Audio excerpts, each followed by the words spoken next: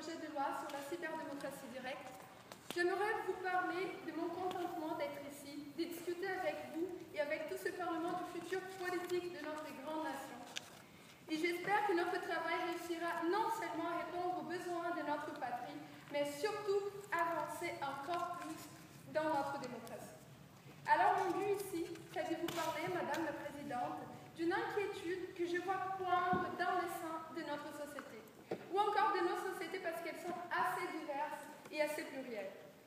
Il s'agit d'une inquiétude sociale que nous voyons en fait comme un symptôme, un indice que quelque chose va mal du nord au sud de notre patrie. Et c'est notre responsabilité à nous, en tant que représentants de la voix populaire, de faire de notre mieux pour traiter non seulement des symptômes, mais des causes du problème. C'est notre responsabilité à nous d'offrir au peuple panaméricain des alternatives plausibles pour répondre à leurs demandes. Cette inquiétude, Madame la Présidente, est visible par exemple avec les journées des juin qui ont eu lieu au Brésil, où plus de 2 millions de personnes, 2 millions, sont sorties dans les rues pour protester contre les services publics de mauvaise qualité et contre les taux de corruption et d'impunité trop élevés. En retour, ils demandaient des systèmes de transport en commun de bonne qualité et accessibles à toute la population, une meilleure gestion des services publics et la démocratisation des médias. Ces manifestations de 2013, Madame la Présidente, ont été les plus grandes manifestations que la région du Brésil a vu prendre place dans son histoire moderne. Si on prend une autre région de notre pays, celle des États-Unis par exemple, nous avons eu aussi un bouleversement social qui s'est appelé Occupy Wall Street. Ce mouvement nous a montré l'indignation d'une tranche de la population contre le système économique. Et un sondage sur le mouvement Occupy a montré que la majorité du public consulté croit que les sentiments et que les racines du mouvement reflètent les opinions des citoyens habitant la région des États-Unis. Ce mécontentement, Madame la Présidente, qui s'est manifesté dans deux des plus grandes régions de notre pays, est présent aussi dans les circonscriptions plus au nord. En effet, à l'Ontario et au Québec, nous avons vu émerger la marche des salopes et les manifestations étudiantes. La marche des salopes a dévoilé l'indignation féminine contre le machisme d'un policier torontois qui avait déclaré devant les étudiants de l'Université York que les femmes, Madame la Présidente, auraient avantage à ne pas s'habiller comme des salopes afin d'éviter d'être victimes d'agressions sexuelles. Mais la marche a été aussi une dénonciation de l'oppression policière.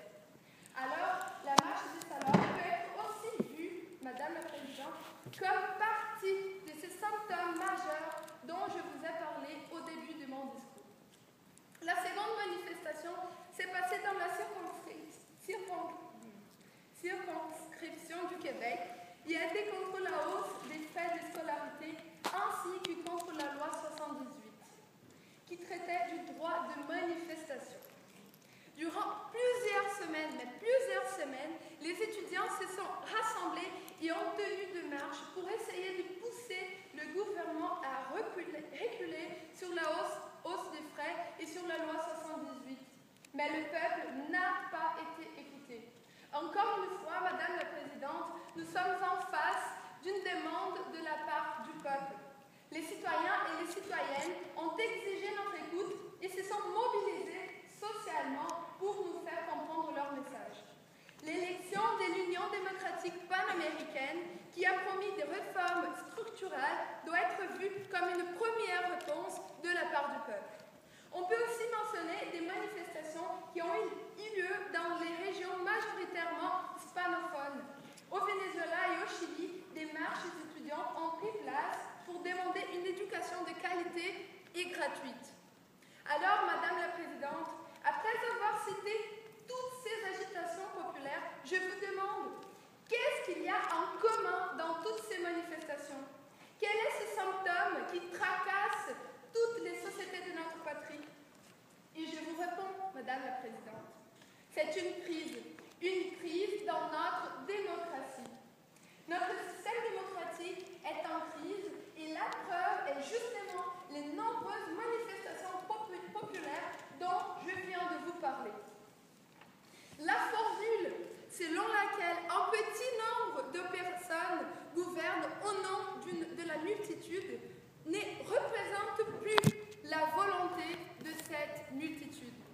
Bien sûr, si on compare, Madame la Présidente, la démocratie représentative à ce qu'il y avait avant des monarchies et des oligarchies, nous pouvons certainement affirmer qu'il y a eu beaucoup d'avancées.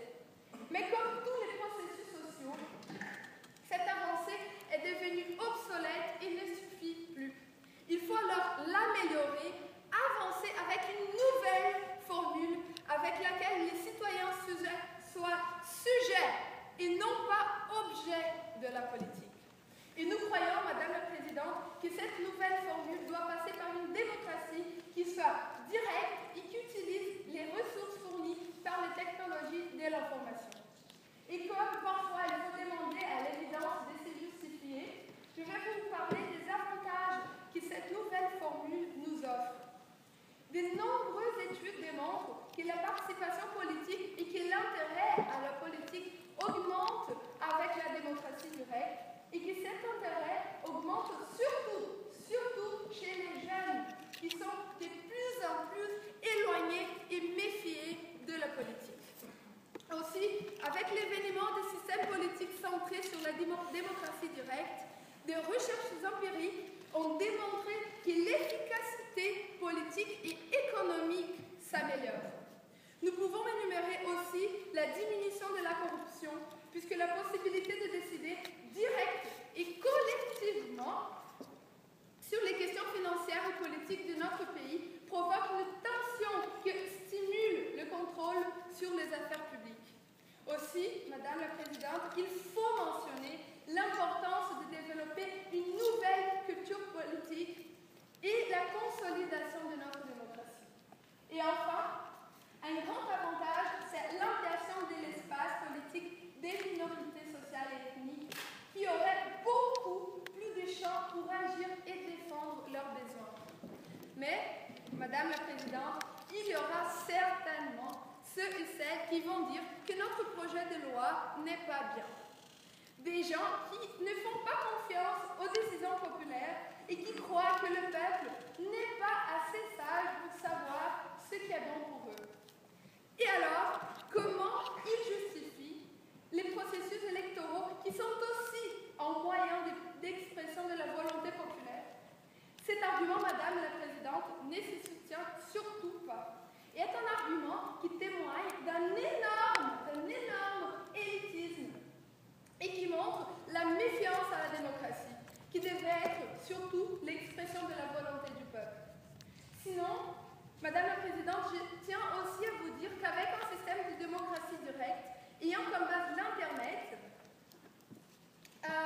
il faudra certainement développer une bonne infrastructure pour assurer la sécurité des processus de décision. Les avancées technologiques sont nombreuses et dans certains endroits, nous avons déjà des séments de démocratie directe, comme les budgets participatifs au sud de la région du Brésil. Un deuxième défi, c'est la fracture numérique. Alors, malgré la quantité expressive des 528 millions d'utilisateurs, nous avons beaucoup avancé.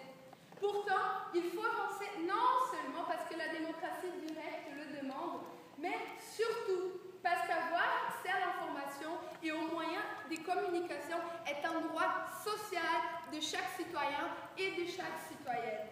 C'est pour ça que nous prévoyons dans notre projet de loi des investissements massifs pour augmenter et assurer la pénétration de l'Internet et pour assurer aussi, Madame la Présidente, que le système virtuel ne sera implanté qu'après avoir garanti l'accès à l'Internet à la grosse majorité de la population.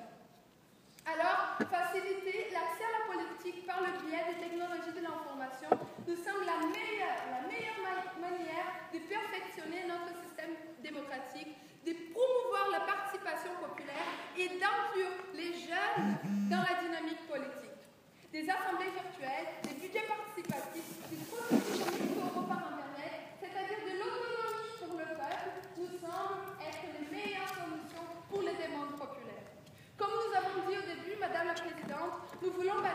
une culture politique dans laquelle le citoyen soit sujet et non pas objet.